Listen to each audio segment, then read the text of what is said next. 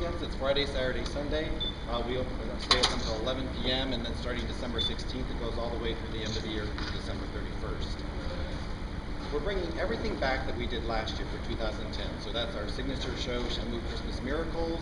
We have the Polar Express experience where you can board the Polar Express to Sanatown. At the Bayside Stadium, we have the Winter Wonderland on Ice show, which is very popular with our guests. Over at the Seafire Inn, we have 2 equity dining experiences this year. The Santa Fireside Feast, which is at 5 o'clock. It's a great experience. It's a great meal, but Santa himself comes out and tells his very favorite Christmas story, and Mrs. Claus has baked a fresh batch of Christmas cookies to share with everyone for dessert.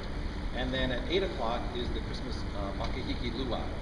Over at Seaport Theater, Elmo and his friends are coming back with the Sesame Street Christmas show. And then over at our Sea Lion stage, we have Clyde and Seymour's Countdown to Christmas returning. We've added quite a few new decor elements. We actually have 7 distinctive zones that we've decorated, all with unique color palettes. And then the Sea of Trees is once again returning, but this year with more trees. We'll have 100 trees in the water. They range from 8 feet to 25 feet. That's over 5 tons of lights. I think that equals over 200,000 individually controlled LED lights. It's over 9 miles of fiber optic cable to connect it all together. And it's going to be truly spectacular. Which brings us to why we're here this morning to really talk about our new show here at the Nautilus Theater, Oh Wondrous Night. It's going to be absolutely stunning. We have really put together a dynamic, contemporary, very talented creative team. B.T. McNichol is our director for this show. He's going to come up and give us kind of a behind-the-scenes sneak peek at the show. But he is very well known nationally and internationally. Most recently, he was the resident director for Billy Elliot on Broadway, the Tony Award-winning show. But he is truly, truly amazing, and this has definitely been a labor of love, I think, for the entire team. But it's very, very exciting. So BT, why don't you come up and join me? Thanks. Hi, everybody. Good morning. I'm with Michael. It's a terrific experience that we put together here at SeaWorld for the holidays, and I wanted to share, my team that with you. We got Wendy Cyber, choreographer, terrific. Ben Cohen, our musical director. Tor Watson, our set designer. And Scott Hitz, who's our with Monkey Boys, is one of our puppeteers. It's a unique show in that it combines a bunch of different disciplines. It's got music that's contemporary and upbeat, with a score that Ben put together with Anna Marie Milazzo, with the vocal arrangements. It's got puppetry, as we say, and it also, of course, has a lot of singing and dancing and of course, live animals via Joel Slavin. So it's a great combination of elements. The story of the show is the nativity story, but from the point of view of the animals who were there. A donkey, a sheep, and a dove, and each one claims responsibility for helping the nativity happen in the first place. And eventually they're set straight by a big camel who comes in and tells them that, well, they all contributed something, they weren't alone. Everybody contributed something. And so with that, magically, the puppet animals are replaced by real animals. I mean, it was like beautiful living nativity scenes. So it's a unique combination of elements that we think is pretty stunning and beautiful. Do you want to share a little bit of the behind-the-scenes puppetry?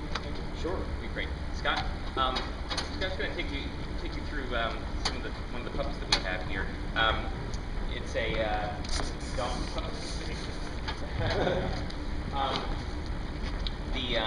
The idea is that the puppets, of course, tell the story, and the puppeteers are, in fact, the singer-dancers who also perform in the show as the angel choir.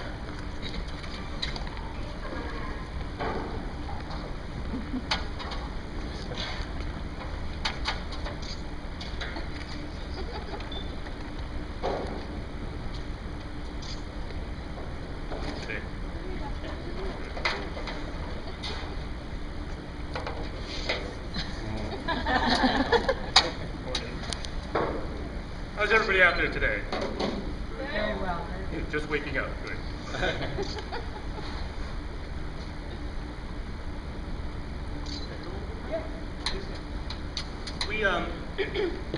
My name's Scott Hitz. I'm from Monkey Boys Productions.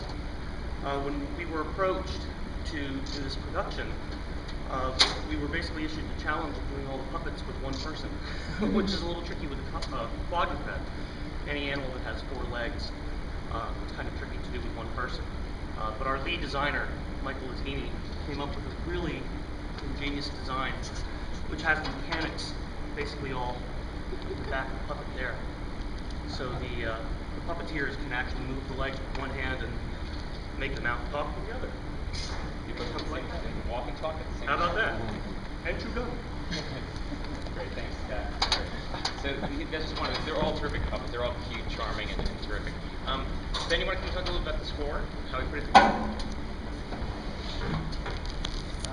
So our goal here was to create just a huge score with as many different Christmas carols as we could. And we went with all the real traditional carols that everyone knows: Hark the Herald Angels, Angels We Have Heard on High, all those great tunes. And we jam-packed them into just humongous, exciting numbers. The biggest, most fun, most energetic numbers, and then the most beautiful, luxurious, lush numbers. And I think what we've come up with is really, really exciting. And the other challenge we had was to take the themes of the story that BT created and work the themes into the music, so that the music is not just a bunch of singing and dancing, which it is a ton of that, but it's also about highlighting the themes of the story of helping other people and protection and all these other things. And so we tried to build all that into our humongous score. Play a little? Sure. Play a little? Give you a little taste. Then I read word. How silently the wondrous gift is given. So God imparts to human hearts the blessings of His heaven. Joy, joy, joy, and heaven is rejoicing. Joy, and heaven is rejoicing. When angels sing of Bethlehem and heaven shine free, the Spirit starts within our hearts to foster charity. Joy, joy, when we bear the burden of brethren we know well. You come to us, abide with us as on the first Noel. The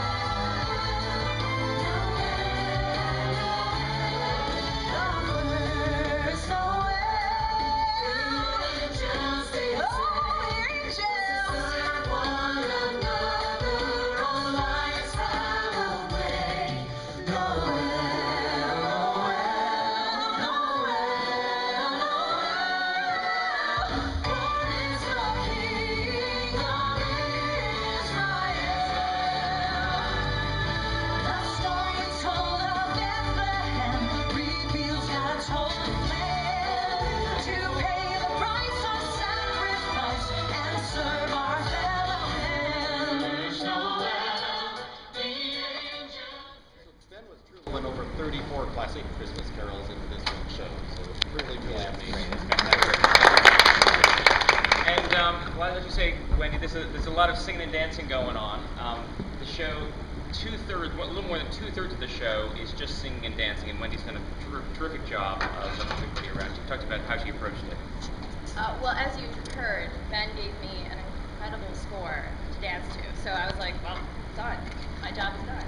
So easy. Usually when you work in theater, you don't have the full arrangement until you get the orchestra, generally like a few days before your first show.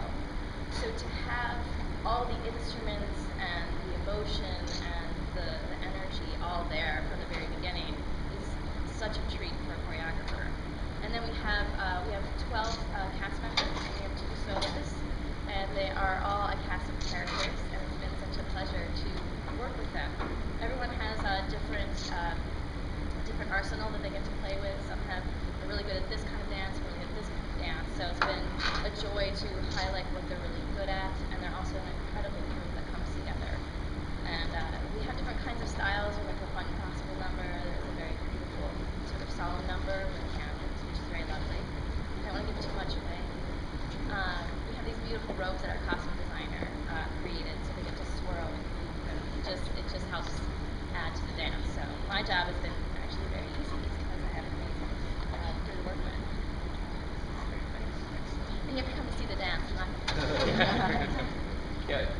Robin McGee is our costume designer, and what she's done is each of the 12 people in the show has a specific character, and these Charles Angels who are the storytellers who tell the story.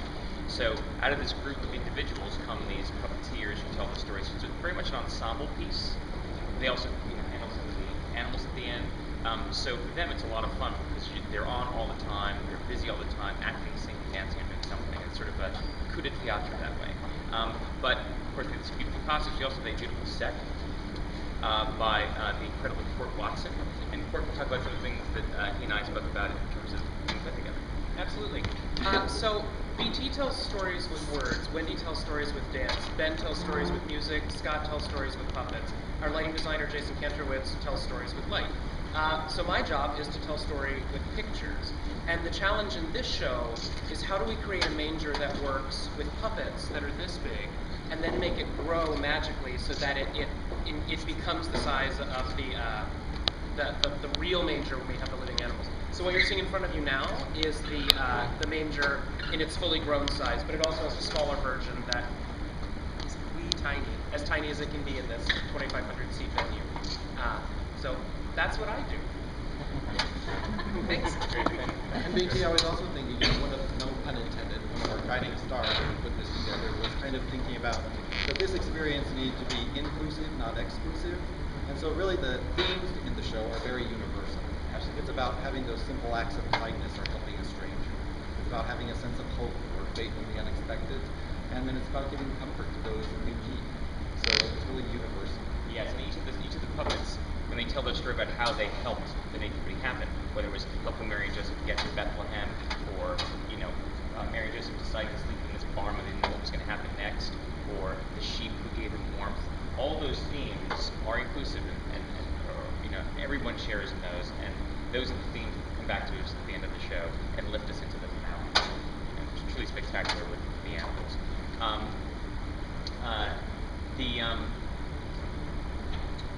As you were saying, it's an inclusive show, but one of our other guiding stars was to make it a very emotional show.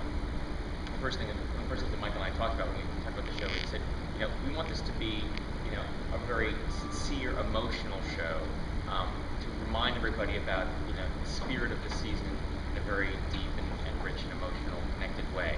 And so that's why we went with, traditional songs as opposed to other songs that you hear elsewhere in the park, like Getting People Out at Christmas or Rock Around the Christmas Tree, which are terrific and you will hear elsewhere in the park.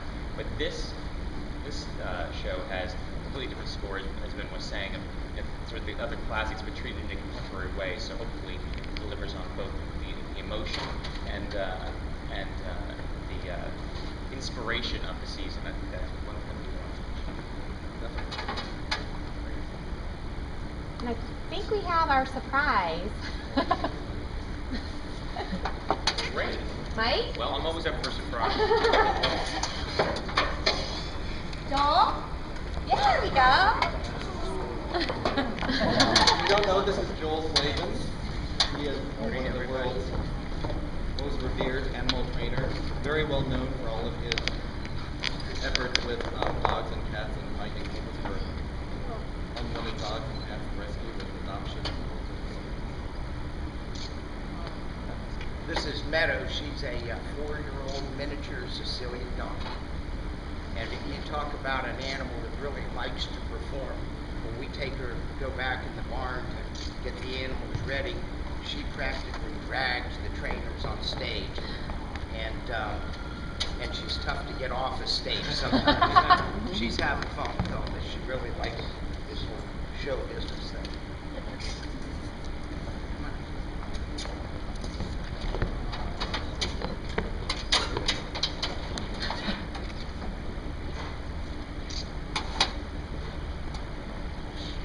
Let's see if we can get her to smile.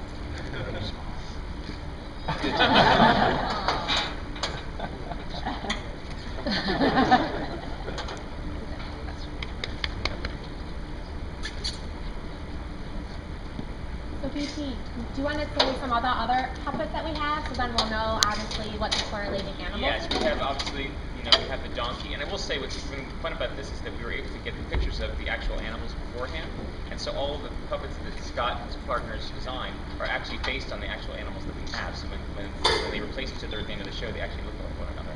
We have the donkeys, we have a sheep, we have sheep plural, we have 2 sheep in the show. We have a dove, and we have a few other special Surprises. What's that? Surprises. Surprises. We'll talk about the other surprises. We have an alpaca. Alpaca, yes. We have an ox. Yes. Or actually known as a zebu. A zebu, yes. Masquerading as an ox. And of course we have. It would not be complete without. Would not be complete without not 1 camel, not 2 camels, but 3 camels. 3 camels that are stunning. I'm fill up the stage and maybe have in groups of very small. They're terrific.